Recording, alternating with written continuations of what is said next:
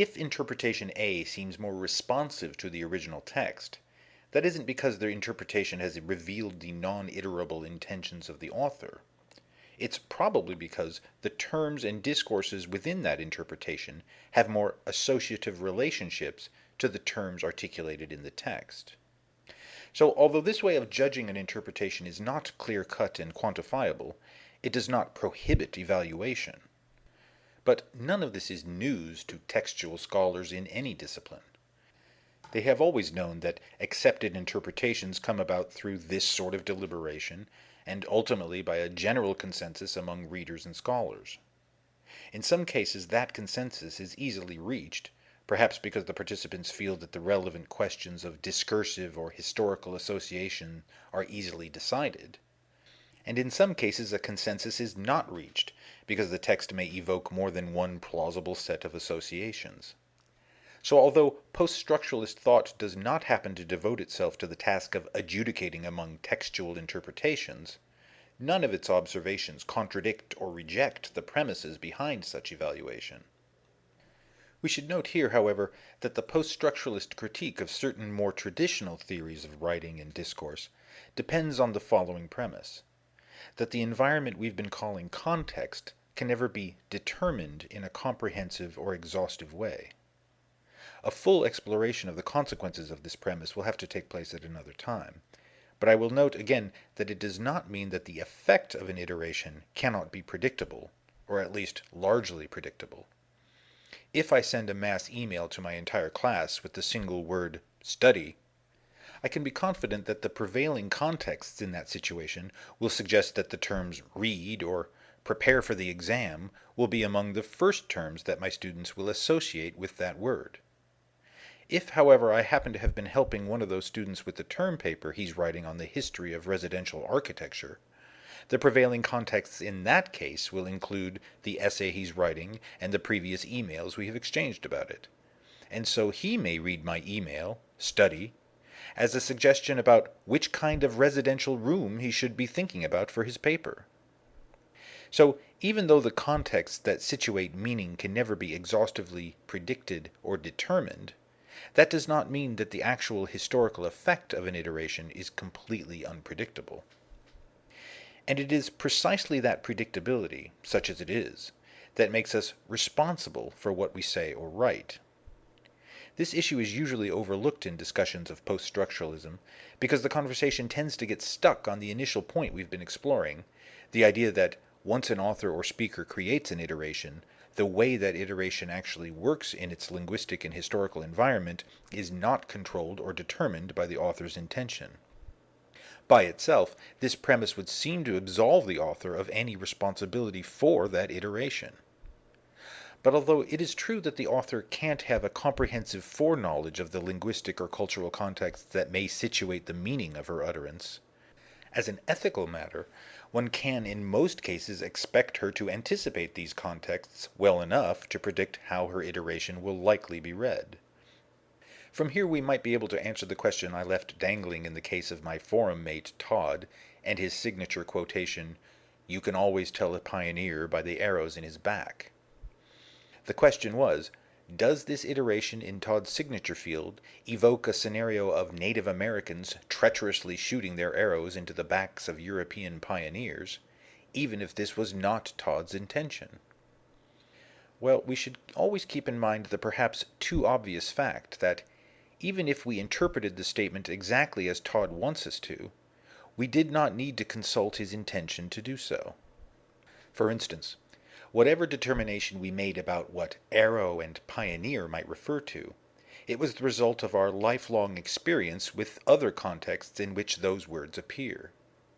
This experience, by the way, explains why people who read a lot not only have a larger vocabulary than others, they tend to have a more refined and subtle understanding of what words can mean, because they've seen them used in many different contexts.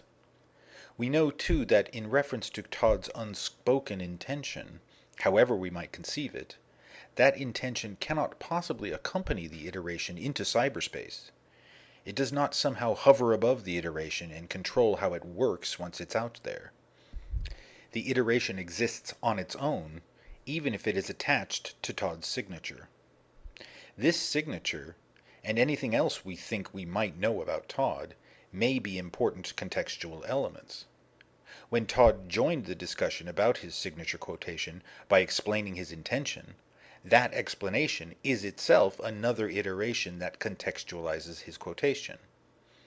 Of course, the explanation of intention cannot simply undo the original statement or substitute itself for it, but that does not diminish its contextual effect. In the end, all of these elements join the linguistic and historical context that makes any word or phrase intelligible in the first place.